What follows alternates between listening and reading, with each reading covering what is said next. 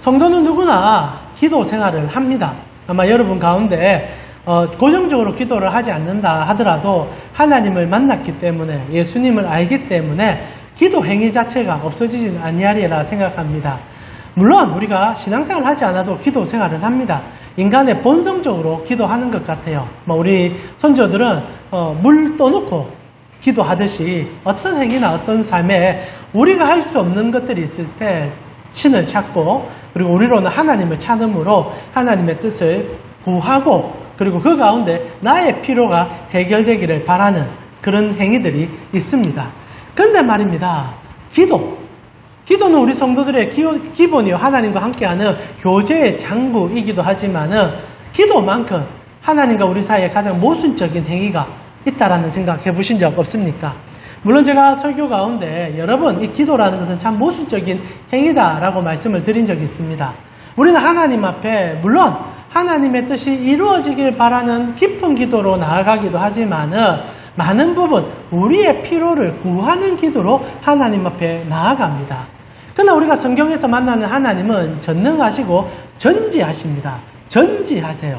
모든 것을 아시는 분입니다. 그러하기에 우리가 구하지 않아도 아실 것이고 우리의 기도 행위가 있지 않아도 응답하실 수 있는 분이십니다. 근데 유독 성경은 우리에게 기도를 강요합니다. 강조합니다. 많이 기도하라 얘기한다는 거죠. 그때 우리는 순간적인 모순을 만나게 되죠. 하나님은 아시고 미리 채워줄 수 있는 분입니다. 그리고 내가 기도한다고 해서 내 뜻대로 되지 않는 것 또한 사실일 겁니다. 하나님은 하나님의 방향이 있고 하나님의 뜻하심이 있죠. 근데 우리가 우리의 기도가 하나님의 뜻에 맞는지 안 맞는지는 알 수 없습니다. 그러나 성도는 기도하는 과정 속에 내 뜻이 관철되길 바라고 또한 하나님께서는 구하라 얘기하며 그러면 들어주리라 얘기하면서 아시는 그분이 들어주시겠다라는 얘기를 하고 있다는 이 모습, 모든 것을 계획하신 분이 우리의 계획을 들어주겠다라고 하는 이 이상함, 이것이 우리의 기도 행위 속에 드러나고 있다는 겁니다. 그래서 여기에 대해서 참 사람들이 우리의 하나님을 깨달아가면 깨달아갈수록 혼란에 빠지는 경우들이 생깁니다. 그리고 극단적인 혼란에 빠졌던 경우가 사실 이슬람이죠. 이슬람은 모든 기도를 인살라로 해석합니다. 하나님의 뜻이다. 뜻대로 되게 해주십시오.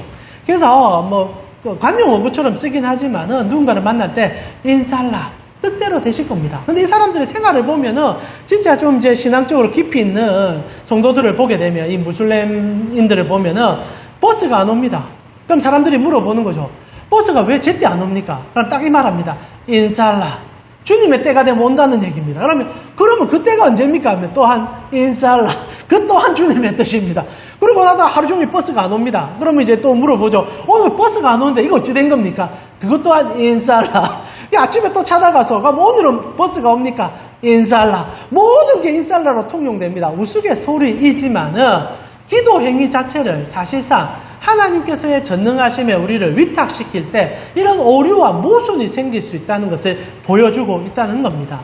그래서 성경을 우리가 읽을 때 하나님의 전지와 전능에 우리의 이런 어리석음과 무지함을 섞어갈 때 우리는 하나님이 때로는 이해가 되지 아니하고 그리고 하나님을 보는 것이 오해가 될 때가 참 많다는 사실을 알고 계시는 것이라 생각합니다. 실제로 하나님은 이런 모순적인 행동들을 성경 속에서 끊임없이 보여주십니다. 성도에게 기도하라는 자체가 모순적인데 실제로 하나님의 말씀이나 하나님의 행동 자체도 이런 모순을 내포하고 있다는 거죠. 가장 대표적으로 전지전능하시니 당연하게 하나님의 행동에는 후회가 없을 것입니다. 그래서 로마서에 보니까 바울이 하나님은 후회가 없는 분이다라고 분명히 못 박아 얘기합니다. 로마서 11장 29절에 하나님의 은사와 부르심에는 후회하심이 없다. 하나님의 베풀어 주심과 그리고 하나님께서 우리를 부르시면은 그 어떤 후회도 들어갈 수 없다. 조금 더 확장해서 하나님의 계획에는 후회가 있을 수가 없습니다. 왜냐하면 전지전능하시니까요. 하나님의 설계에는 그 어떤 오류도 없습니다. 그러니 당연히 후회가 올 수가 없죠. 근데 말입니다. 성경을 보면 하나님이 후회하시는 장면들이 간혹 등장합니다. 대표적으로 오늘 여러분 주보에도 잠시 나와 있지만은 하나님께서 이스라엘의 초대 왕이신 사울을 세우게 되십니다. 그리고 하나님께서 사울에 기대하는 것이 생겼어요. 자, 여기서부터 여러분은 조금 모순을 느낍니다. 하나님이 사람을 기대합니다. 이게 말이 됩니까? 전지전능하신 분이 우리를 왜 기대합니까? 우리가 어떻게 될지, 무엇을 할지, 어떤 방향으로 갈지를 다 알면은 기대 자체가 생기지를 않아야 합니다. 그러나 기대하십니다. 그리고 기대하시다가 뒤통수를 세게 맞으십니다. 사울에게 아말렉과의 전쟁 가운데 하나님의 원하는 방식이 있었습니다. 근데 사울이 자기 욕심에 눈이 멀어서 하나님이 말씀하신 방식을 무시하고 자기가 원하는 방식대로 전쟁을 치르게 됩니다. 그때 하나님께서 당신의 합한 자인 사무엘이란 선지자를 통하여 사울 왕의 말씀을 전달하게 하는데 그 구절이 이러합니다. 사무엘상 15장 11절. 여러분 주보에도 또 나와 있는 말씀이죠. 우리 같이 한번 읽어볼까요? 사무엘상 15장 11절입니다. 같이 읽겠습니다. 내가 사울을 왕으로 세운 것을 후회하노니 그가 돌이켜 나를 따르지 아니하며 내 명령을 행하지 아니하였음이니라 하신지라. 사무엘이 건심하여 온 밤을 여호와께 부르짖으니라. 15장 11절을 한 구절만 제대로 보게 되면은 하나님은 전지하지도 아니하시고 전능하지도 않습니다. 하나님은 후회하시고요. 사울이라는 왕이 하나님 앞에 그렇게 잘못할 줄도 모르고 계셨고요. 거기에 대해서 하나님께서 너무 마음을 아파하신다는 마음 아파함이 드러나고 있다는 사실입니다. 하나님이 왜 마음이 아프십니까? 하나님이 왜 근심하십니까? 다 아시고 다 계획하는 분이 이런 행동을 한다는 자체는 모순점이 있고 그리고 우리로 혼란케 한다는 사실입니다. 자, 하나님의 계획이 일치하지 아니하고 하나님께서 우리에게 일을 시켰는데 이게 틀릴 수 있다고 생각한다면 우리는 안정감을 느낄 수가 없습니다. 하나님의 계획은 수시로 변동될 수 있다는 얘기가 되기 때문입니다. 이러하듯 이런 모순점은 성경 쪽에서 끊임없이 등장하며 우리를 혼란케 하는 경우들이 많습니다. 그리고 대표적인 모순이 오늘 본문에 나온 가롯 유다입니다. 오늘 예수님께서는 이 가롯이 태어나기 전부터 마귀의 자녀로 태어날 것이 점지되어 있었다라고 얘기합니다. 그리고 처음부터 버림받을 것이 계획되어 있었다라고 얘기합니다. 이것 또한 너무너무 이해가 안 됩니다. 태어나는 사람들 가운데 물론 우리는 예정론을 믿기 때문에 하나님의 택한 자와 택하지 않는 자가 구분되어 있다라고 이성적으로는 그리고 생각으로는 할 수 있지만은 현실의 삶 속에서는 이게 굉장히 불편한 이야기입니다.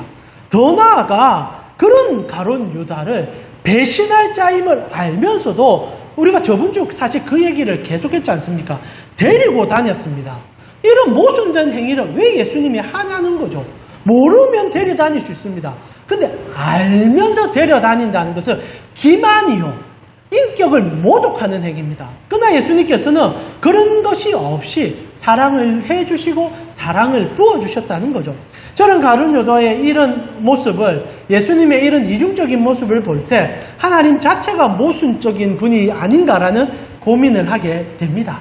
자, 제가 앞에 여러 가지 얘기를 좀 해드렸지만 여러분은 어떻습니까? 신앙생활 하는 가운데 특히 신앙이 깊어지면 깊어질수록 하나님께서 여러분에게 그 마음의 합함으로 그리고 아무 혼란 없이 느껴지는 분으로 다가오시던가요?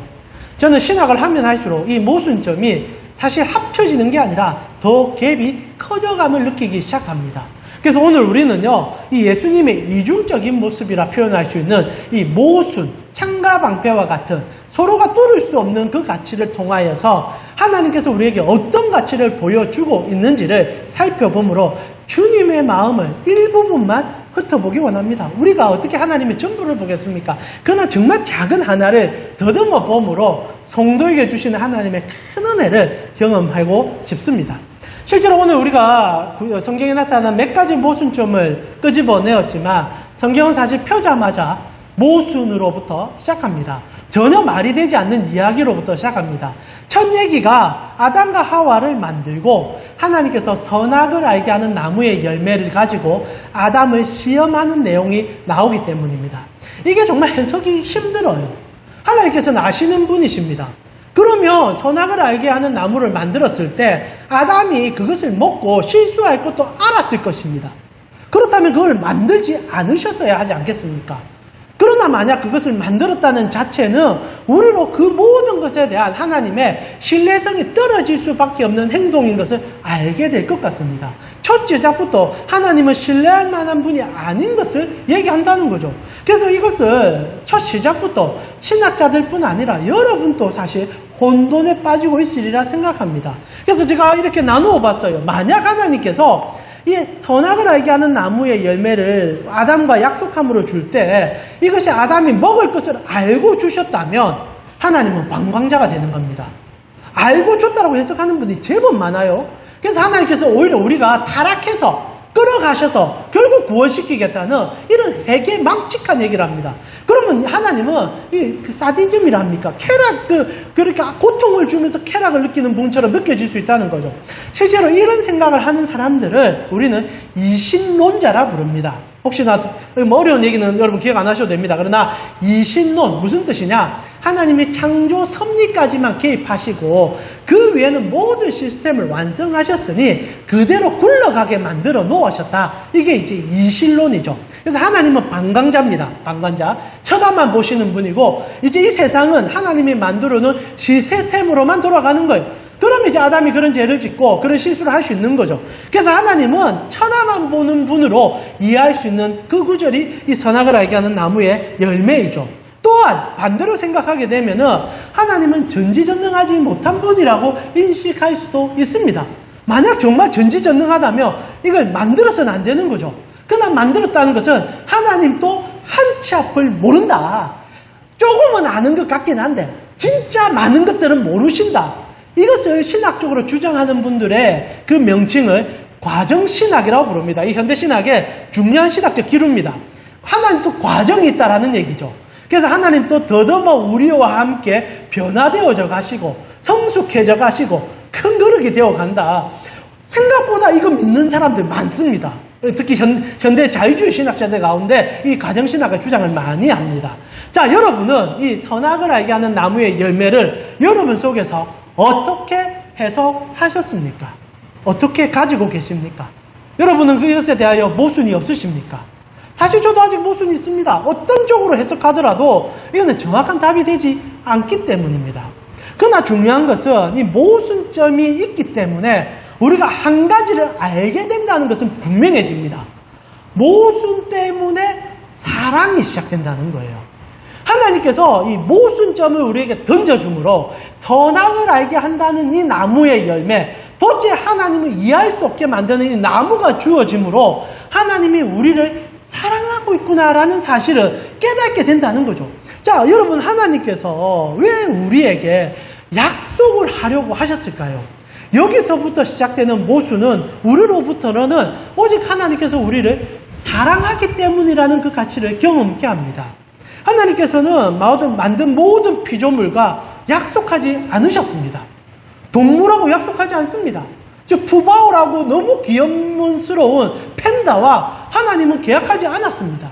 그래서 그들은 본능적으로 살아가고 그리고 하나님의 계획대로 진짜 하나님께서 시킨 대로 돌아가면서 생육하고 번성하는 삶을 살게 됩니다. 그러나 유독 인간만 하나님과 약속할 수 있는 존재로 하나님께서 격상시켰습니다. 여러분, 약속은요, 대화가 되고 그리고 서로의 인격적인 관계가 유지되며 그로 인하여 기대가 생기며 그리고 그로 인하여 어떤 바람이 있을 때 할 수 있는 약속의 행위입니다. 약속이라는 자체는요, 그 가치 하나만으로도 그 대상의 인격이 올라가는 거예요. 제가 왕하고 약속을 했다 생각해 봅시다. 아무것도 아닌 것 같지만은 저는 왕하고 약속할 수 있는 가치로 격상되는 인물입니다. 제가 어떤 정말 대단한 인물과 그 점심 식사 약속을 했습니다. 그 순간 여러분이 얼마나 여러분이 좋아할 만한 인물 누가 있을까요? 연예인 중에 지금 제가 여러분의 눈을 보니까 지금 무슨 소리 하는지 모르겠다 이런 표현이 들어서 조금 재밌게 얘기 좀 풀어보려고 합니다. 제가 연예인 중에 제가 요즘 좋아하는 연예인이 별로 없군요. 예, 좋아하는 사람이 많아지진 않네요. 혹시 여러분 좋아하는 뭐 연예인 있으십니까? 요즘 가장 잘생긴 차은우인가? 정말 차은우 별로다. BTS하고 제가 점심 약속을 했습니다. 그럼 여러분 제가 오늘 주일에 와서 얘기하는 거예요. 여러분 오늘 우리 명륜지사 못 갑니다. 제가 BTS하고 약속했습니다. 여러분 다 이해할 겁니다. 그래. 여러분 이해 못합니까? 그러나 여러분 저는 이해가 됩니다. 어이구 그 BTS하고 평생에 한 번 만날 수 있는 시간인데 갑자기 제가 굉장히 유치하고 못된 인간이 되어지는데 하여튼 그런 식으로 하나님께서 사람과 약속을 하셨단 말입니다. 이 가치 자체가 우리가 어떤 인격체며 어떤 사랑을 내포하고 하나님께서 우리를 어떻게 여기고 있는지를 보여주고 있는 사건이라는 거죠. 그래서 하나님께서는 이 선악을 알게 하는 나무를 통하여 우리와 교제하셨습니다. 그래서 여러분 창세기를 보게 되면 선악을 알게 하는 나무 그 동산주의로 하나님 아침마다 저녁마다 찾아가서 대화를 나눕니다. 왜냐하면 약속한 존재니까. 그리고 그 대화의 깊음 속에서 들으시고 말씀을 나눴죠. 그러나 안타깝게도 아담이 그 약속을 쌍그리 먹어치워서 내가 하나님보다 우위를 점하고 싶다는 순간 그 모든 것이 깨어져서 안타까움이죠. 그 순간에도 하나님은 사랑을 놓지 않았다는 겁니다. 자, 제가 하고 싶은 얘기는 선악을 알게 하는 나무의 신학적인 얘기가 아니라 이 모순으로 인하여 일어나는 격발적인 사랑을 얘기하고 싶다는 겁니다. 사랑이라는 것은 실패를 내포합니다. 사랑이라는 것은 분노를 소유합니다. 사랑이라는 것은 결핍을 가져옵니다.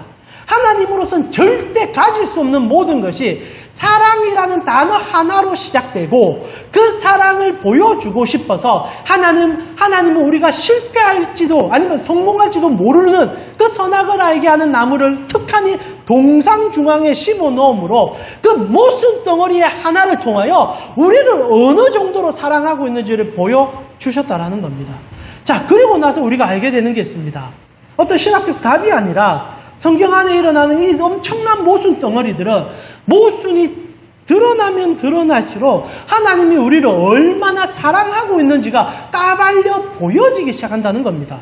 실제로 하나님께서 인류 역사에서 사랑한 인물들이 몇몇 있습니다. 물론 모두를 사랑하지만 그 모두 속에 특별히 또 사랑하는 사람들이 있습니다. 이것 또한 모순 아닙니까? 하나님의 사랑은 공평해야죠. 근데 하나님은 특별한 사람을 또 사랑한다고 나와요. 그 중에 대표적인 인물이 모세입니다. 하나님은 모세를 친구라고 부르고 그 누구보다 사랑했다라고 얘기합니다. 여러분 그렇다고 마음 상해서는 안 돼요.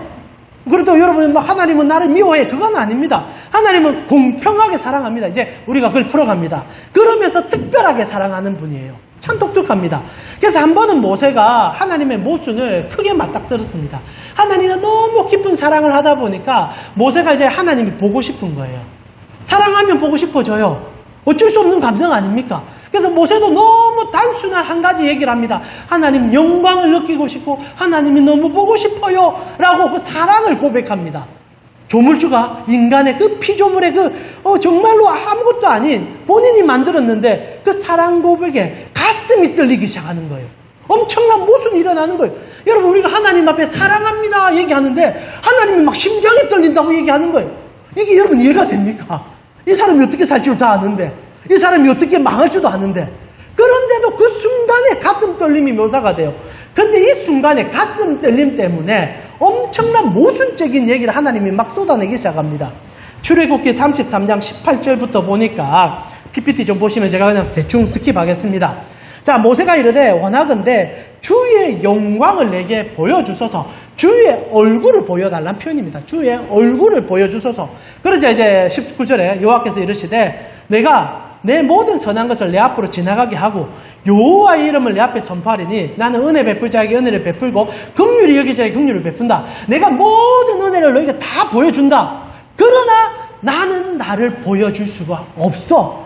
네가 원하는 그 마음을 내가 해결해 줄 수가 없어. 나를 만나고 싶어 하는데 너는 나를 만날 수가 없어. 내가 다 해줄 수는 있지만 그래서 20절에 또 이르시되 너가 내 얼굴을 보지는 못해. 네가 내 영광의 얼굴을 보고 싶어 한다고?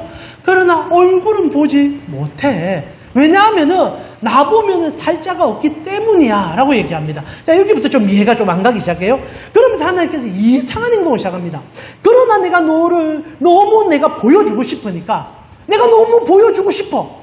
못 보여줘서 안 되는 것 뿐이지 진짜 나는 너무 보여주고 싶어. 이게 이상하다는 거예요.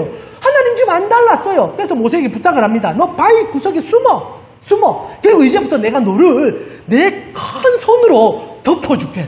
내 얼굴은 직접 대면해서 못 보지만은 내 이 신체의 한 부분이 손을 가지고 너를 확 내가 짐을 내 따뜻한 온기를 느끼게 해줄게. 이렇게 얘기합니다. 그러면서 22절에 보니까 내 영광이 지나갈 때 내가 너를 반석 틈에 두고 내가 지나가도록 내 손으로 너를 꽉 덮어줄게.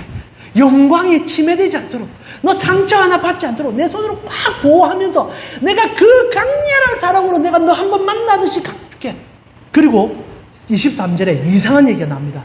손을 거두리니 내가 내 등을 볼 것이요 얼굴은 보지 못하리라. 모세는 그래서 그걸 경험합니다. 그리고 이제 산에서 내려오니까 얼굴에 빛이 나가지고 이스라엘 백성들이 깜짝 놀랍니다. 그래서 모세가 이제 수건 가려가지고 여호와의 영광을 가리는 일이 생기지 않습니까? 자, 머리를 한번 그려봅시다. 하나님이 애달파 가지고 모세를 너무 보고 싶은데 대면에서 보면은 모세가 죽게 되는 거예요. 거룩한 영광의 하나님을 죄인인 우리가 대면하는 순간 우리는 그 죄 때문에 죽을 수밖에 없다고 신학적으로는 얘기합니다. 그래서 하나님이 너무 보여는 주고 싶으니까 애가 타서 저 깊은 골짜기에 숨겨놓습니다. 그게 웃기지 않습니까? 전지전능하며 무소부재한 분이 그 골짜기에 들어갔다고 당신이 감추어지겠습니까? 근데 감추어준다고 얘기하는 거예요. 그러면서 하는 얘기가 내가 내 손으로 너를 확 쥐어줄게. 그리고 내가 싹 지나가면 너 나와서 내려 쳐다봐. 그러면 나의 이 거대한 덩이 보일 거예요. 모세가 봤어요. 여러분, 근데 하나님이 등이 있습니까? 하나님이 손이 있습니까? 하나님의 얼굴이 있나요? 근데 모세는 그걸 봤단 말입니다, 지금. 실제로 성경은요, 하나님은 어떻게 묘사합니까? 요한복음 4장 24절에 하나님은 영이시니, 예수님이 한 말입니다. 예수님이 이제 얘기하시죠. 하나님은 영이시니 예배하는 자가 신령과 진정으로 예배해라. 하나님은 영이십니다. 하나님은 손이 없고 발이 없고 등이 없습니다. 영적인 존재세요. 그분이 우리처럼 이렇게 부자연스럽고 이 불편한 손과 발을 진짜 우리처럼 갖고 있겠습니까? 만물의 조성자가 우리처럼 이렇게 이런 것들을 그대로 가지고 있겠습니까? 그런데 왜 성경에서는 손이 나오고 발이 나오고 눈이 나오고 그리고 진짜 봤다라는 얘기가 왜 나옵니까? 이걸 우리는 모순이라고 하는 거예요. 이게 이해가 안 가는 거예요. 그래서 실제로 이제 성경 안에서 이거를 해석하기를 신인 동형적 표현이다, 맞추어 표현했다. 실제 손이 없고 얼굴도 없고 등도 없는데 우리가 이해할 수 있는 수준으로 맞추어서 하나님이 그렇게 묘사한 거다. 그러하기에는 모세의 경험이 이해가 안 간단 말입니다. 등을 진짜 봤을 거라고 생각을 해요. 진짜 하나님의 손을 느꼈다라고 저는 생각해요. 그러면 이건 뭐냐는 겁니다. 여러분, 이게 이해가 됩니까? 그래서 이런 모순 속에서 하나님이 보여주는 것은, 자, 모순을 거둬내면요, 뭐 하나 남습니까? 진짜 사랑하구나. 하나님이 애가 타구나. 하나님이 손으로 보여주고 싶고 등을 나타내고 싶고 뭐 신이 동형적 표현이라 하더라도 우리에게 맞추어서 그걸 나타내고 싶어 하는구나 라고 느낍니다. 동일하게 오늘 우리가 이제 시작하면서 나누었던 이 사무엘의 이야기도 비슷한 관점이에요. 우리 15장 11절 처음 시작하면서 읽었지만은 사울 왕을 세운 것을 하나님이 후회하지 않습니까? 후회한다는 표현이 왜 나옵니까? 사울에 대한 기대감이 있었습니까? 후회할 것 아닙니까? 사울을 하나님께서 사랑했으니까. 여러분, 하나님은 사울이 어떻게 될 줄 알았어요. 왜냐하면은 처음부터 유다 지파를 왕으로 세웠기라고 구약 그 이전에 말씀하셨거든요. 하나로 사용되는 인물일 뿐입니다. 그런데도 기대하시고 그런데도 사랑하시고 그가 어떻게 함을 통하여 왕에서 올라갔다가 왕에서 떨어지는 것 보고 애가 탄다는 거죠. 아시는 그분이 이런 모순적인 행위를 하는 것이 이해가 안 됩니다. 그래서 그럴까요? 실제로 참 재밌는 게 뭔지 아십니까? 사무엘은요, 이 얘기를 전달할 때 다른 얘기를 한다는 겁니다. 자, 하나님은 사무엘에게 이 얘기를 사울이라는 왕에게 전달할 때 가장 모순적인 얘기를 하는 거예요. 하나님이 실망하시고 애달파하시고 마음 아파하시는 얘기를 전달하는데 사무엘은 그 전달할 때 전혀 다른 얘기를 전달합니다. 15장 28절인데요. 사무엘상 우리 같이 한번 읽어볼까요? 사무엘상 15장 28절입니다. 같이 읽겠습니다. 사무엘이 그에게 이르되 나 왕의 이웃에게 주셨나이다. 자, 그리고 마지막 29절이죠. 같이 한번 읽어보겠습니다. 29절입니다. 이스라엘의 지존자는 없으시니 그는 사람이 아니심으로 결코 변개하지 않으심인. 물론 사울을 폐위한다는 얘기에 절대 바뀔 수 없다는 뉘앙스를 내포하고 있겠지만 중요한 것은 지존자이기 때문에 거짓이 없고 변하지 않는다는 얘기를 사무엘이 하고 있다는 거죠. 자, 놀랍게도 사무엘은요, 하나님의 이 변덕스러운 이 후의 마음을 오히려 전지전능하심으로 이해하고 바뀌지 않는 하나님의 불변하심으로 이해를 하고 있다는 겁니다. 자, 이해가 안 되죠. 우리가 볼 때는 정말 하나님의 마음이 요동치는 건데 오히려 사무엘은 이것이 하나님의 굳건한 마음이라고 표현하는 이 이상한 과정, 이 모든 모순점들이 성경에서는 춤을 추고 있다는 겁니다. 그러나 다시 한번 말씀드립니다.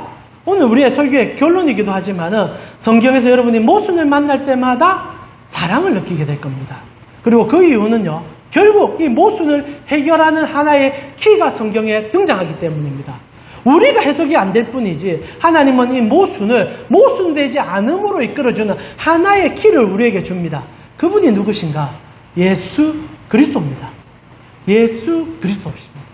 여러분, 예수님이 이 땅에 오시는 순간부터 하나님이 이전에 하셨던 그 모순적인 모든 행위들을 총집합으로 만들어 보여주신 분으로 느끼기 시작합니다.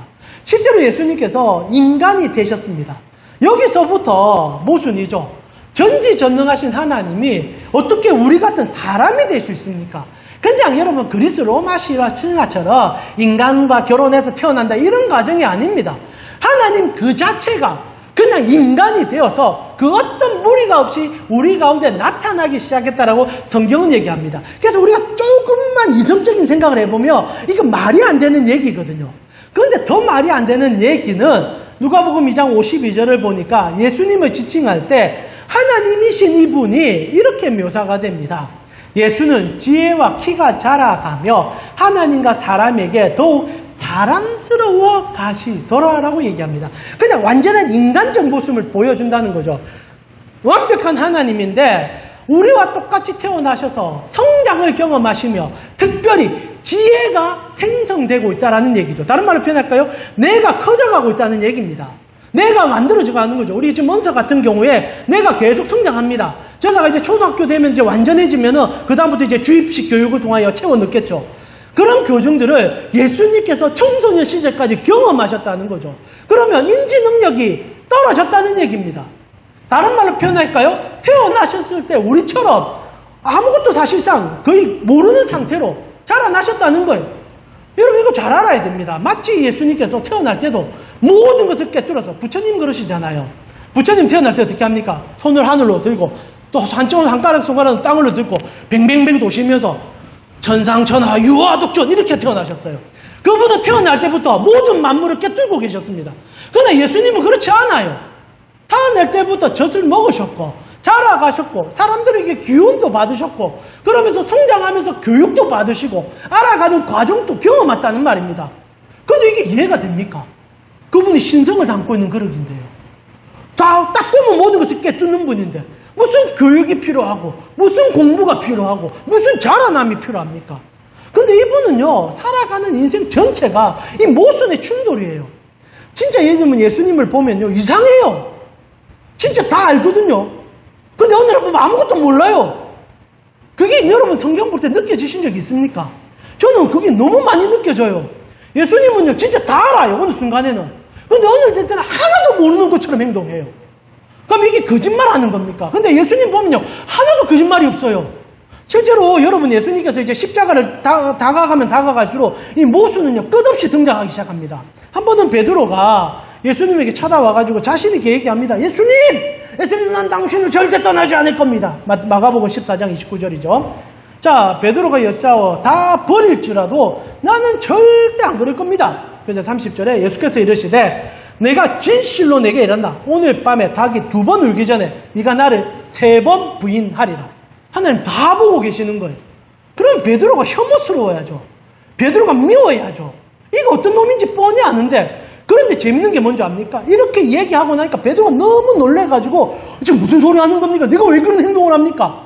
그러고 나서 막 하나님 앞에 주춤주춤 하자. 31절에 주춤주춤 하고, 주춤주춤 하는 그를 데리고 어디로 가느냐? 32절에 기도하러 갑니다. 뻔하게 다 일어나는 일인데, 기도하러 가자고 얘기를 하는 거예요. 지금 이게 여러분 정말 이상해야 됩니다. 지금 그날 밤에 이후에 일어날 모든 일은 예수님께서 계속 얘기를 반복하셨어요. 이제 내가 다른 사람들 손에 팔려서 죽게 된다. 그리고 내가 이제는 모든 것을 다 이루게 될 것이다.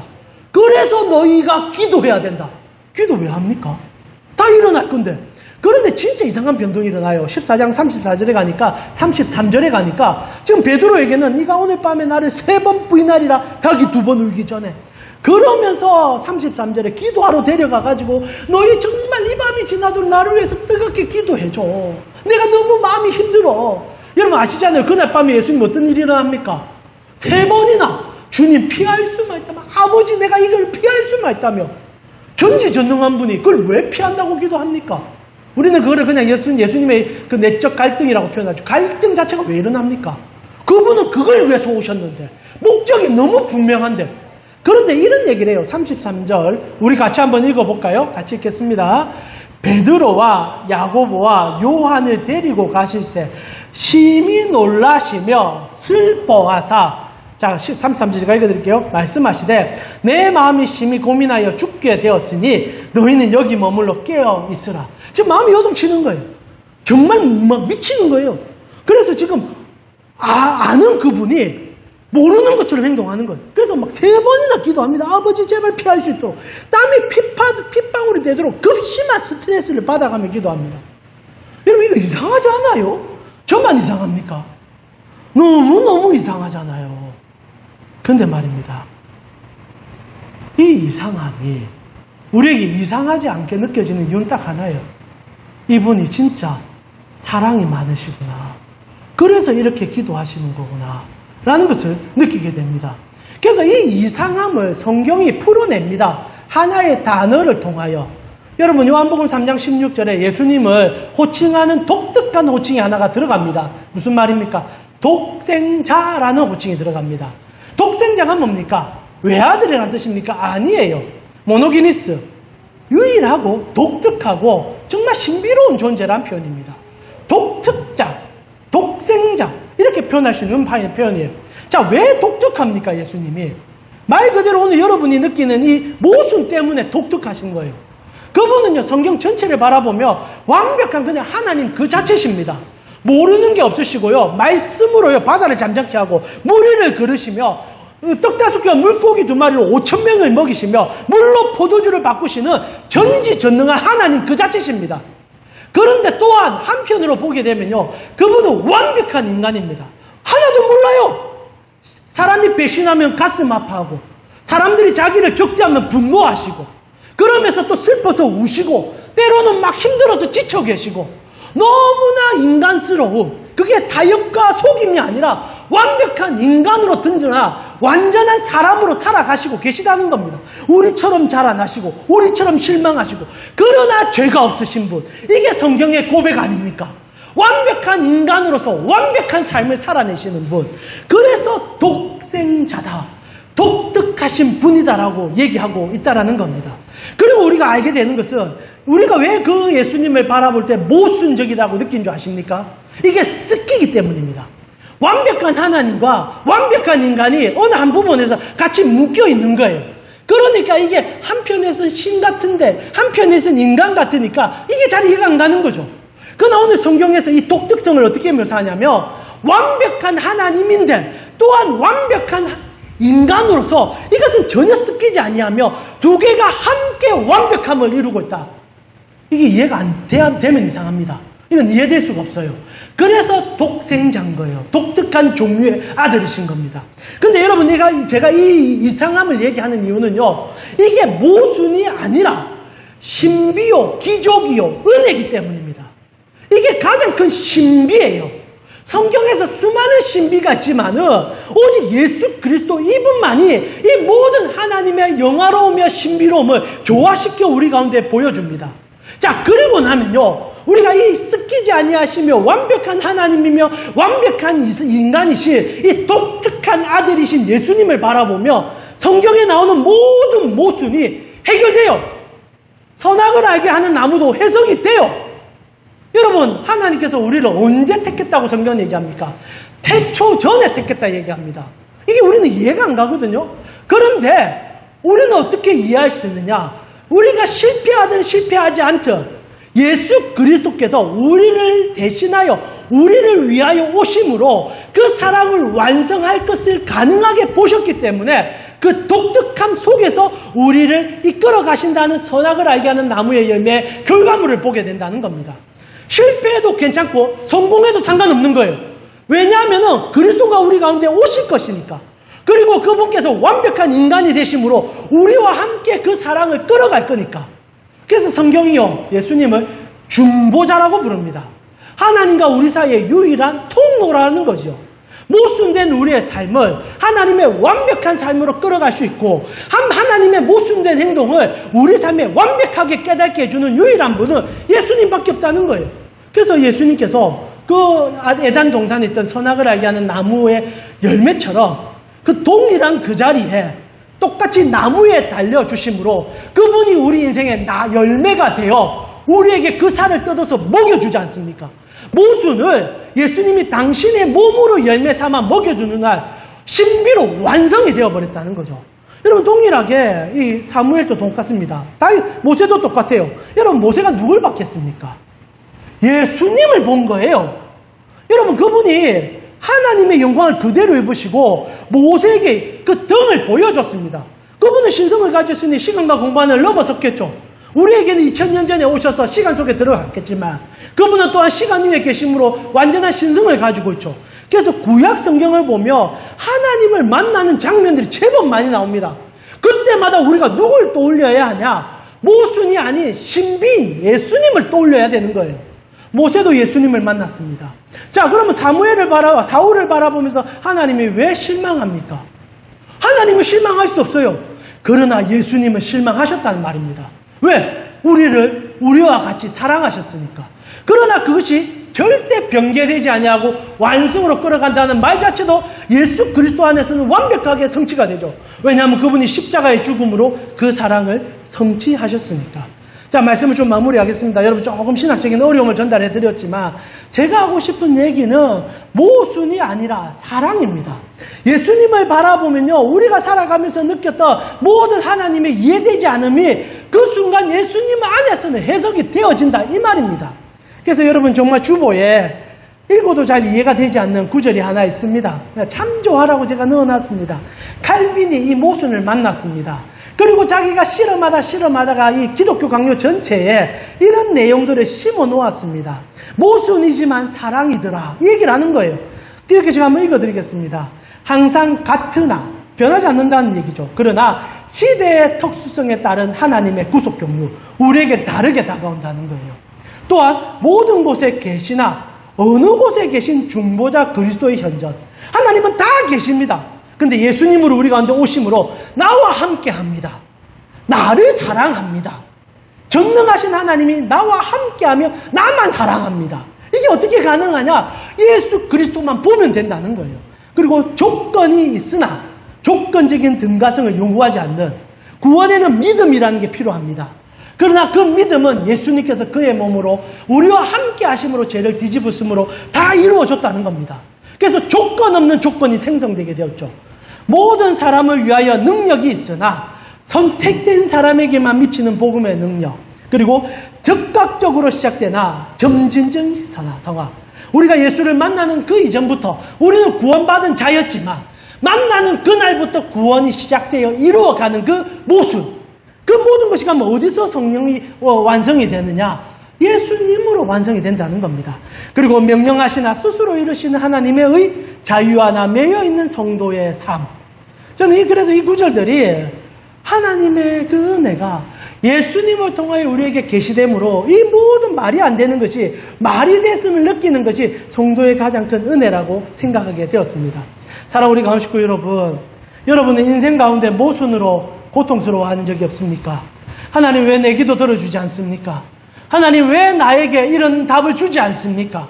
그러면서도 왜 끊임없이 기도하라 말씀하셨습니까? 아니면 나에게는 저런 거 한번 주시면 안 됩니까? 하나님 나에게는 저런 뜻을 한번 성취해 주시면 안 됩니까? 하나님의 전능전지하심을 믿기에 기도하지만 여전히 내 삶에는 수많은 모순 덩어리가 난제합니다. 그러나 성경이 우리에게 하고 싶은 얘기가 뭔지 아십니까? 모순이 느껴질 때 오히려 우리를 위하여 십자가를 지신 예수님을 바라보라라고 얘기합니다. 그래서 그 모순을 예수님 앞에 들고 나아갈 때 모순이 아니라 그 당황스러움과 고민스러움이 주님과의 사랑으로 끌어가는 하나의 힘을 깨달으라 말씀하고 있다는 사실입니다. 사랑하는 우리 강식구 여러분, 여전히 하나님이 이해되지 아니할 생각합니다. 그러나 이해되지 아니하기 때문에 사랑할 수 있다는 것을 아셨으면 좋겠습니다. 왜냐하면 우리는 앞으로 더 알아갈 것이니까요. 예수님의 모두를 알 수 없습니다. 그러나 내일은 예수님의 더 큼을 보게 될 것입니다. 그 은혜로 나아가심을 통하여 예수님 때문에 그 은혜를 경험하는 여러분 되셨으면 좋겠습니다.